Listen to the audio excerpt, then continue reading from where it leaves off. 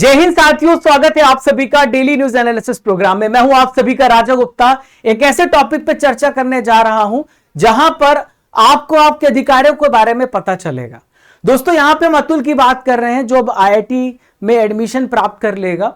आइए जानते हैं कैसे इन्होंने अपने हक की लड़ाई को लड़ा है। दोस्तों, सुप्रीम कोर्ट ने यहां पे हिस्टोरिकल जजमेंट दिया। आर्टिकल 142 का विशेषाधिकार का इस्तेमाल करते हुए यहां पे एडमिशन दाखिला दिलाया है अतुल को। आइए जानते हैं इसकी कहानी। दोस्तों, लाखों छात्र यहां पे सपना देखते हैं कि आईआईटी में उसका एडमिशन हो जाए। आपने तो देखा है, लाखों की संख्या में फॉर्म भरे जाते हैं, दिन रात बच्चे मेहनत करते हैं, पेरेंट्स लाखों खर्च करते हैं। लेकिन दोस्तों, बहुत ही किस्मत वाले लोग होते हैं जिनका एडमिशन आईआईटी में होता है। ये तो बात आपको पता है।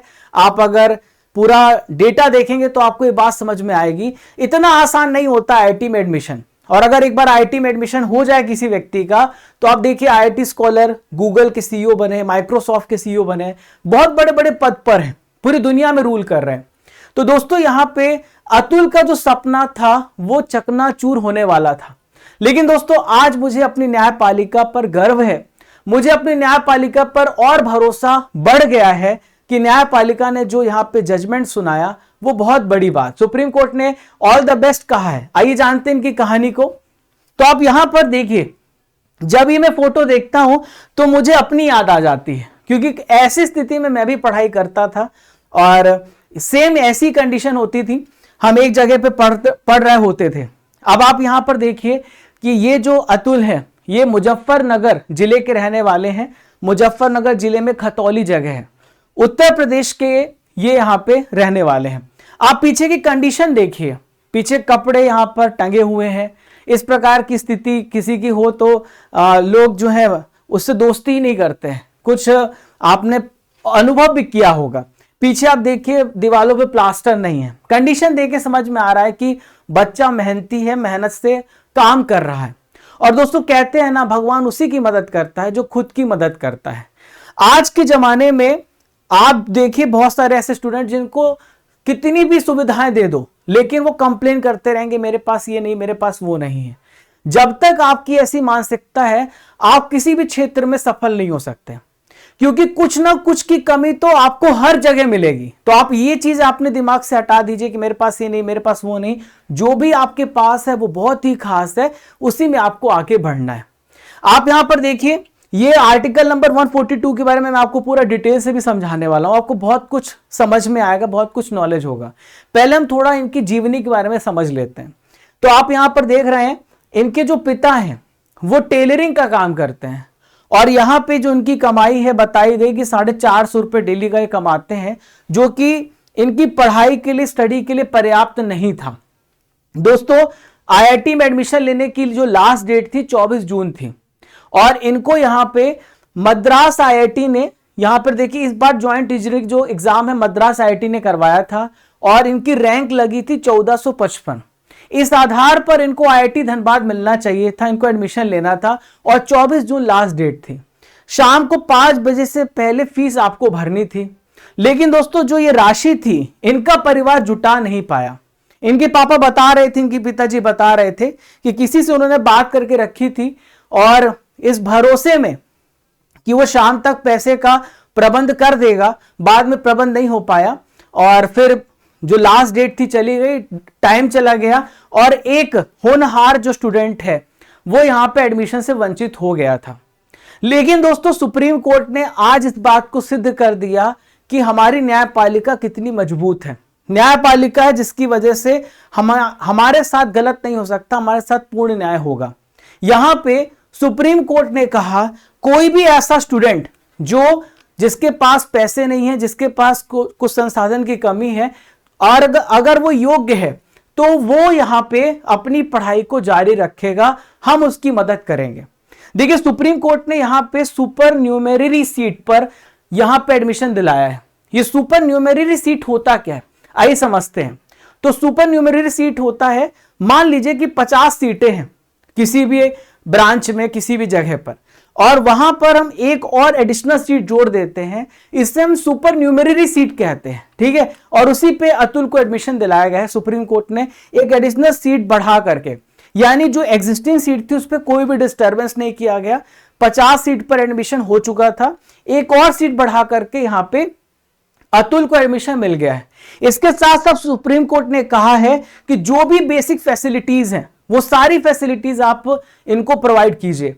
आप हॉस्टल का खर्च, जो और अदर एक्सपेंस है, इनकी पढ़ाई रुकनी नहीं चाहिए। होनहार बालक है ये, क्योंकि टैलेंटेड व्यक्ति है। आपको पता कंडीशन कैसी थी, यहां से उठ के आना सबकी बात नहीं है।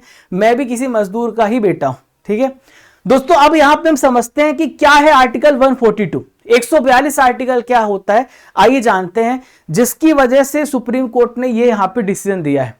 तो आर्टिकल 142 को हम कंप्लीट जस्टिस कहते हैं। क्या बोलते हैं हम इसको? हम इसे कंप्लीट जस्टिस बोलते हैं, यानी पूर्ण न्याय सुनिश्चित करने का अधिकार।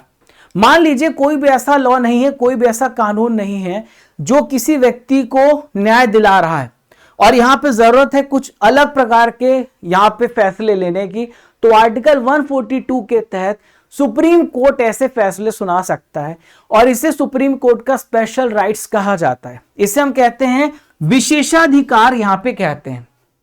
इस आर्टिकल में हो सकता है कि आर्टिकल 32 का भी उल्लंघन हो, जिसे हम कहते हैं राइट टू कॉन्स्टिट्यूशनल रेमेडीज, तो इसका भी उल्लंघन कर सकता है सुप्रीम कोर्ट 142 आर्टिकल के तहत। तो आपने समझा, एग्जाम में डेफिनेटली यहां से प्रश्न बनेगा, इंटरव्यू में आपसे प्रश्न पूछा जा सकता है। जो भी अभी स्टेट पीसेस देंगे ऐसे क्वेश्चंस, ऐसे केस स्टडी पूछ ली जाती है। अब दोस्तों आपके मन में सवाल उठ रहा होगा, क्या पहली बार 142 आर्टिकल का यूज किया गया? नहीं, ऐसे कई बार केसेस है जहां पे 142 आर्टिकल का यूज किया गया है। मैं आपको 2 से 3 केसेस बता रहा हूं, मैं आपको सारे केसेस नहीं बता रहा हूं जो रिसेंट में आर्टिकल 142 का यूज किया गया है। आइए यहां पर एक एक केस को समझते हैं। तो देखिए ये बात है यहां पे मार्च 2024 की, और यहां पे जस्टिस सीटी रवि कुमार की बेंच ने आर्टिकल 142 का यूज किया था। अब आइए यहां पे जानते हैं। देखिए इसमें हुआ क्या था, एक मकान मालकिन थी और उसका अफेयर था अपने छोटे 10 साल से कम उम्र का एक युवक था, उससे इनका अफेयर था। दोनों की शादी हो गई, दोनों ने शादी कर ली। बाद में कोर्ट मैरिज करना था, जिसमें जो युवक था वो मुकर गया। युवक ने कहा कि मैं कोर्ट मैरिज नहीं करूंगा। बाद में औरत ने, यानी जो मकान मालकिन थी, उन्होंने यहां पे रेप चार्जेस लगा दिए। तो यहां पर युवक परेशान हो गया, तो यहां पे आर्टिकल 142 का यूज किया गया, जिसमें यह कहा गया कि जो युवक है और यहां पर उनसे 10 साल बड़ी जो महिला है, ठीक है, उनके बीच में जो रिश्ता संबंध था वो जो है सहमति से बनाया गया होगा। तो इस वजह से बाद में युवक को रिलीज कर दिया गया। यानी औरत ने क्या किया, जबरदस्ती का उन पर केस लगा दिया उस युवक पर कि हमारे साथ रेप किया गया है, ठीक है, तो इसमें उसको यहां पे बरी कर दिया। तो ये आर्टिकल 142 का यहां भी इस्तेमाल किया गया था। अब यहां पर दूसरा केस है अक्टूबर 2023 में, यहां पे केस जो है एलिमनी का केस है। पति पत्नी के बीच में जब झगड़ा हो जाता है, तलाक हो जाता है, तो यहां पे पत्नी को पति जो है वो पैसा देता है, उसे हम एलिमनी कहते हैं। तो यहां पर क्या हुआ कि पत्नी को एलिमनी पति नहीं दे पा रहा था, तो पत्नी ने यहां पे अपील किया। तो यहां पे कोर्ट ने अपना आर्टिकल 142 का इस्तेमाल किया और उसकी 6 दुकानें थी, तो 6 दुकानें को सुप्रीम कोर्ट ने ऑर्डर दिया कि आप उस जो वहां पे दुकान है उसको बेच दीजिए और जो पैसा आएगा आप वो पैसा जो है महिला को दे दीजिए, पत्नी को दे दीजिए। और ऐसा ही यहां पर विशेषाधिकार का इस्तेमाल किया गया था 142 का भोपाल गैस ट्रेजेडी के मामले में। आप इस मामले के बारे में तो जानते होंगे, यहां पर जो कार्बाइड थी, यहां पे गैस थी जिसने पूरे भोपाल को यहां पे ऐसा सीन बना दिया था कि जगह जगह पर आपको लाशें देखने को मिली थी, ठीक है। तो यूनियन कार्बाइड कॉर्पोरेशन को आदेश दिया था कि भोपाल गैस ट्रेजेडी के जो विक्टिम है उनको 470 मिलियन $US कंपनसेशन दिया जाए, ठीक है। ये 1991 में यूनियन कार्बाइड कॉर्पोरेशन को आदेश दिया गया था। तो ये ऐसे बहुत सारे मामले होते हैं जहां पे आर्टिकल 142 का सुप्रीम कोर्ट ने इस्तेमाल किया है, कोर्ट्स ने इस्तेमाल किया है। तो साथियों कैसा लगा आपको आज का टॉपिक?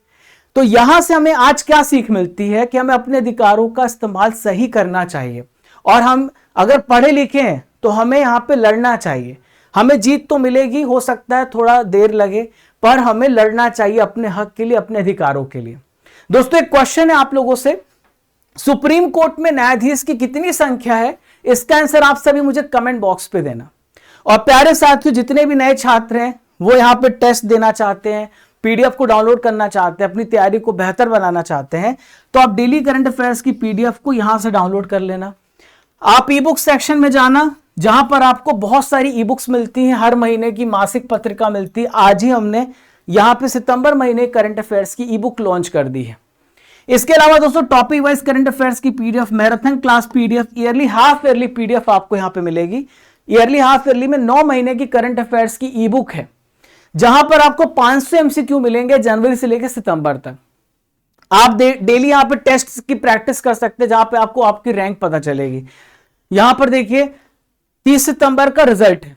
इसी प्रकार से स्टैटिक जीके बुक का भी आप यहां पर टेस्ट दे सकते हैं, मंथली करंट अफेयर्स का भी टेस्ट है, बहुत सारा कुछ है। आप उस एप्लीकेशन को विजिट करना और Raja Gupta current affair Telegram channel को ज्वाइन करना, ताकि आपको रेगुलर अपडेट्स ऐसे मिलती रहे। और ये स्टैटिक जीके बुक है जो आप घर बैठे ऑर्डर कर सकते हैं। इसमें 81 टॉपिक्स हैं, पॉलिटी, हिस्ट्री, ज्योग्राफी और जितने भी आपके स्टैटिक टॉपिक सब यहां पे कवर कराए गए हैं, बहुत ही समराइज क्रिस्प मैनर में। मैं आपको डेली पेज नंबर देता हूं और आपका डेली यहां पे टेस्ट भी होता है, तो आप इसे घर तक मंगवा सकते हैं। इसका लिंक आपको डिस्क्रिप्शन बॉक्स में, कमेंट बॉक्स पे पिन किया गया है। तो दोस्तों मिलते हैं नेक्स्ट इंपॉर्टेंट टॉपिक में, तब तक के लिए जय हिंद, जय भारत, खुश रहिए, मुस्कुराते रहिए, अपने अधिकारों के प्रति आप सभी सचेत रहिए। इस वीडियो को आप ज्यादा से ज्यादा लोगों तक शेयर करिए, ताकि उनको भी अपने अधिकारों के बारे में पता चले और ऐसे केसेस से वो मोटिवेट हो। बाय बाय, खुश रहें, मुस्कुराते रहें।